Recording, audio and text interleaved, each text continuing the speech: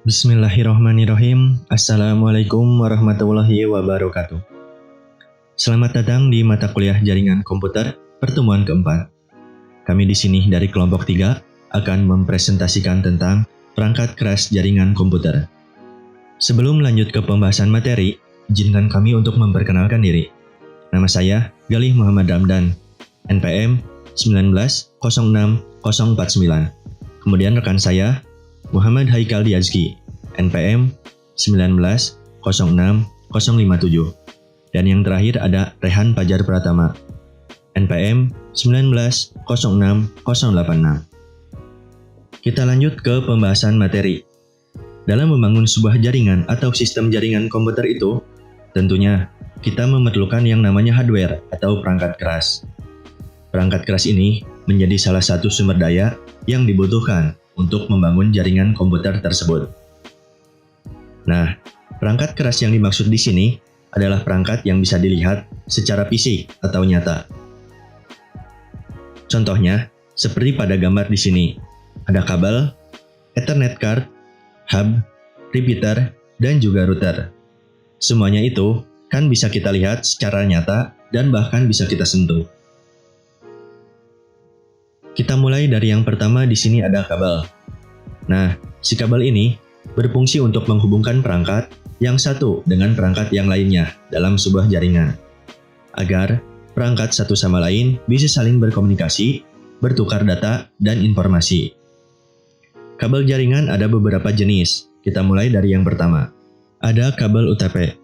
Contohnya, seperti pada jaringan LAN atau Local Area Network, pada jaringan ini biasanya menggunakan kabel UTP. Nah, apa itu UTP?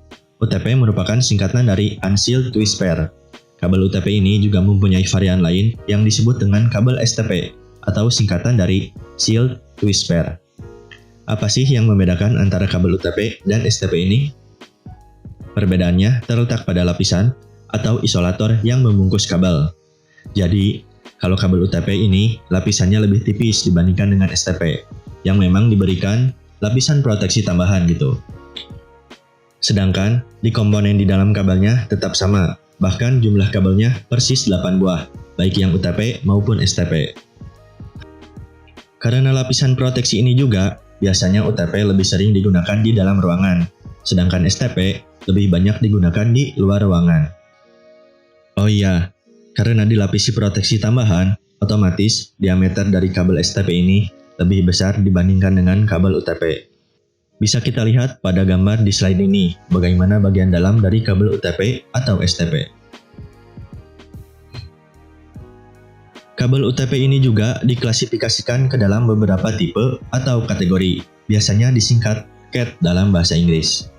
Sampai slide ini dibuat, kabel UTP sudah ada dari kategori 1 dan sampai yang terbaru kategori 7 atau bisa disebut CAT 7.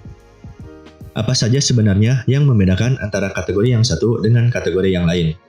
Berikut, kita bisa melihatnya sama-sama seperti apa yang terlihat pada tabel. Kategori 1 ini biasanya digunakan untuk transmisi analog, seperti untuk telepon dan jalur Integrated Service Digital Network atau ISDN. Kalau yang dulu pernah mempunyai telepon rumah, nah itu kabelnya menggunakan UTP kategori 1. Bisa juga untuk menghubungkan modem dengan line telepon. Selanjutnya, untuk kategori 2, 3, dan 4, biasanya digunakan untuk desain atau topologi token ring. Kategori 2 ini digunakan untuk transmisi suara dengan kecepatannya bisa mencapai 4 megabit per second. Begitu juga dengan kecepatan kategori 3 dan 4 yang kecepatannya bisa dilihat pada tabel. Lanjut untuk kategori 5, ini dari segi kecepatan cukup melebihi kategori-kategori sebelumnya, karena kecepatannya bisa mencapai 100 megabit per second. Kemudian, kategori 5 didukung dengan teknologi yang belum ada pada kategori sebelum-sebelumnya, seperti Ethernet 16 megabit per second, Fast Ethernet 110 megabit per second, dan Token Ring 15 megabit per second. Cat5 ini juga dikembangkan menjadi Cat5e, yaitu Enhanced kategori. Jaraknya bisa mencapai 100 meter. Begitu juga dengan kategori 6 dan 7, bisa kita lihat di sini ya. Jadi, kesimpulannya, semakin tinggi kategorinya, semakin cepat pula dalam hal transmisi data dan semakin banyak teknologi yang dimilikinya, menyebabkan semakin mahal harga dari kabel UTP itu sendiri. Bila kita lihat di salah satu e-commerce, berikut perbandingan harga antara Cat 5e dengan Cat 7. Untuk kabel UTP only, kategori 5e dijual dengan harga Rp29.000 untuk 20 meter, dan untuk kategori 7 Plug and Play dijual dengan harga Rp92.000 untuk 5 meter. Bisa kita lihat di sini, perbandingannya cukup kentara sekali. Selanjutnya, terkait dengan pemasangan kabel UTP, ada beberapa macam jenisnya, antara lain ada tipe straight row dan crossover untuk LAN, dan juga tipe rollover untuk Cisco router. Kita mulai dari tipe straight row. Tipe straight row digunakan untuk menghubungkan perangkat yang berbeda jenisnya, misalkan komputer dengan switch, komputer dengan router, dan lain sebagainya. Bisa kita lihat juga di sini, pada gambar, susunan apabila hendak membuat kabel UTP dengan tipe pemasangan straight row. Berikutnya ada tipe crossover. Untuk tipe ini, digunakan dalam menghubungkan perangkat yang sama jenisnya. Contoh, komputer dengan komputer, switch dengan switch, dan lain sebagainya. Bisa kita lihat juga di sini pada gambar, susunan apabila hendak membuat kabel UTP dengan tipe pemasangan crossover. Terakhir ada tipe rollover, yang digunakan untuk mengkonfigurasikan perangkat Cisco router menggunakan komputer, tetapi harus dihubungkan dulu dengan adapter DB9 atau DB25, seperti terlihat pada gambar. Dan juga susunannya bisa kita lihat pada gambar yang satunya ini. Ini adalah susunan dari Cisco router, susunan dari kabel Cisco router, dan juga ini merupakan adapter DB9 dan juga DB25. Bisa dilihat dari jumlah pinnya ya, ada yang 9 dan juga ada yang 25. Lalu bagaimana jika kita ingin membuat kabel UTP sendiri? Berikut adalah langkah-langkah dalam membuat kabel UTP sendiri. Pertama, siapkan alat-alatnya, mulai dari kabel UTP, konektor RJ45, crimping tool, dan LAN tester. Kedua, tentukan jenis kabel apa yang akan dibuat, straight row, crossover, atau rollover. Ketiga, kupas kabel sekitar 1,5 sampai dengan 2 cm menggunakan crimping tool. Rapihkan dan susun sesuai dengan tipe pemasangan yang akan dibuat. Untuk susunan kabelnya bisa dilihat pada slide sebelumnya ya. Keempat, masukkan kabel yang telah disusun ke dalam konektor RJ45, kemudian jepit menggunakan crimping tool. Kelima dan langkah terakhir, uji coba kabel yang telah dibuat menggunakan LAN tester. Jika lolos uji coba, kabel UTP siap digunakan. Sekian untuk pembahasan mengenai kabel UTP. Untuk selanjutnya, saya akan serahkan ke rekan saya Haikal Yazki. Kepadanya saya persilahkan. Setelah membahas kabel UTP, selanjutnya ada kabel koaksial. Kabel koaksial ini umumnya ada dua jenis. Yang pertama, thick coax dan yang kedua, thin coax. Untuk thick coax memiliki diameter yang lebih besar jika dibandingkan dengan thin coax. Diameter rata-ratanya sekitar 12 mm. Biasanya disebut thicknet atau singkatan dari thick Ethernet atau yellow kabel karena warnanya kuning seperti yang terlihat pada gambar. Thin coax juga sama, tapi biasanya lebih dipergunakan untuk jaringan radio. Dan untuk menggunakan kabel koaksial ini ada beberapa ketentuan yang menjadi syaratnya. Bisa dilihat pada slide berikutnya.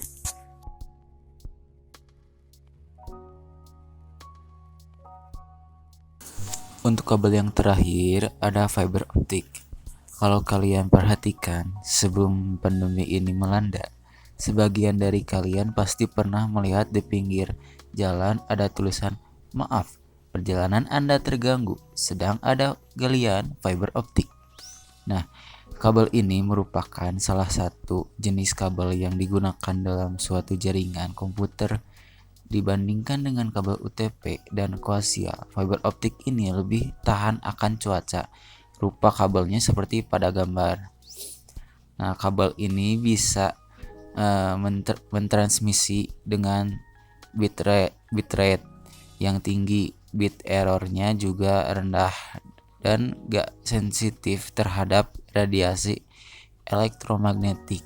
Biasanya juga digunakan untuk provider internet rumah seperti IndiHome kalau di daerah kita. Nah, untuk di area perkantoran dalam distribusi jaringannya untuk sudah memakai kabel fiber optik ini. Kabel fiber optik ini cukup fleksibel juga, bisa dipasang di hampir semua tempat.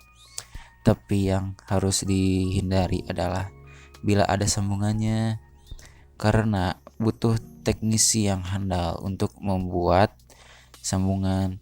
Terus kalau banyak ketukan terhadap kabelnya, harus hati-hati karena bisa menyebabkan kebocoran lapisan pelindung nantinya dan menyebabkan kebocoran cahaya.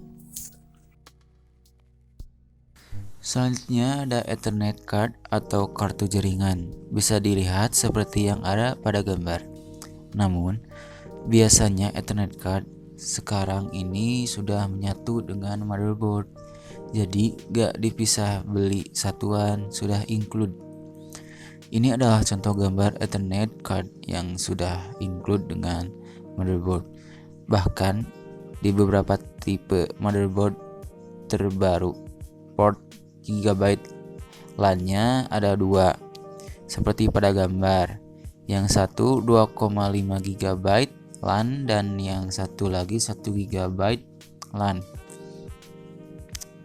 Cara kerja Ethernet card ini adalah dengan broadcast network. Apa itu broadcast network? Jadi setiap node di dalam jaringan menerima transmisi data yang dikirim oleh node lain. Ethernet card punya alamat yang disebut MAC address sepanjang 48 bit. Bisa dilihat seperti pada gambar. 3 byte pertama merupakan kode yang ditetapkan oleh IEEE. Berikutnya ada hub atau switch. Hub atau switch ini adalah konsentrator.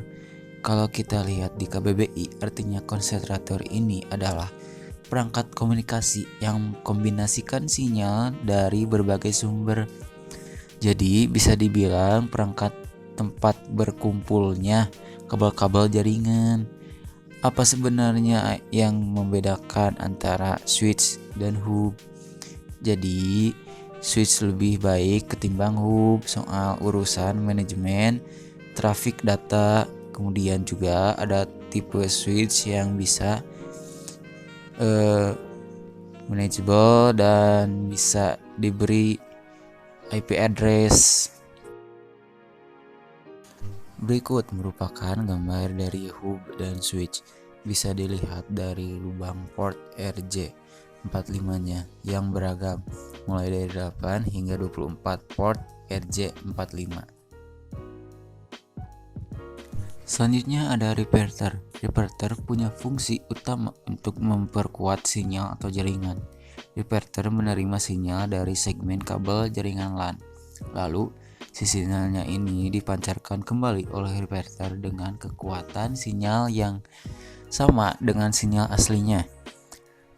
Jadi kecepatannya tidak turun meskipun segmen kabel LAN-nya beda dan jarak kabelnya diperpanjang. Contohnya ya, dalam suatu jaringan komputer ada 2 segmen kabel Ethernet 10 base 2 dan segmen ini dihubungkan dengan repeater agar kecepatan sinyalnya tetap sama seperti aslinya, tidak mengalami penurunan. Oh ya, kalau menggunakan repeater untuk 2 segmen atau lebih itu dibutuhkan yang namanya penggunaan protokol physical layer. Ini adalah salah satu contoh gambar perangkat repeater merek TP-Link. Perangkat keras selanjutnya adalah bridge. Sebenarnya fungsinya mirip-mirip kayak repeater, cuman bridge ini lebih fleksibel. Bridge bisa menghubungkan 2 buah jaringan dengan media transmisi yang berbeda.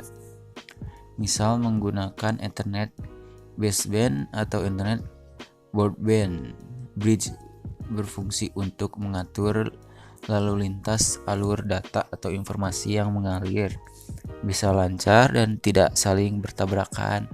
Kalau kita analogikan ya seperti polisi yang mengatur lalu lintas kendaraan di perempatan jalan. Nah, kira-kira begitulah cara kerja bridge. Untuk perangkat keras yang terakhir akan kita bahas di sini adalah router. Router ini dapat mengirimkan data atau informasi antar jaringan yang berbeda.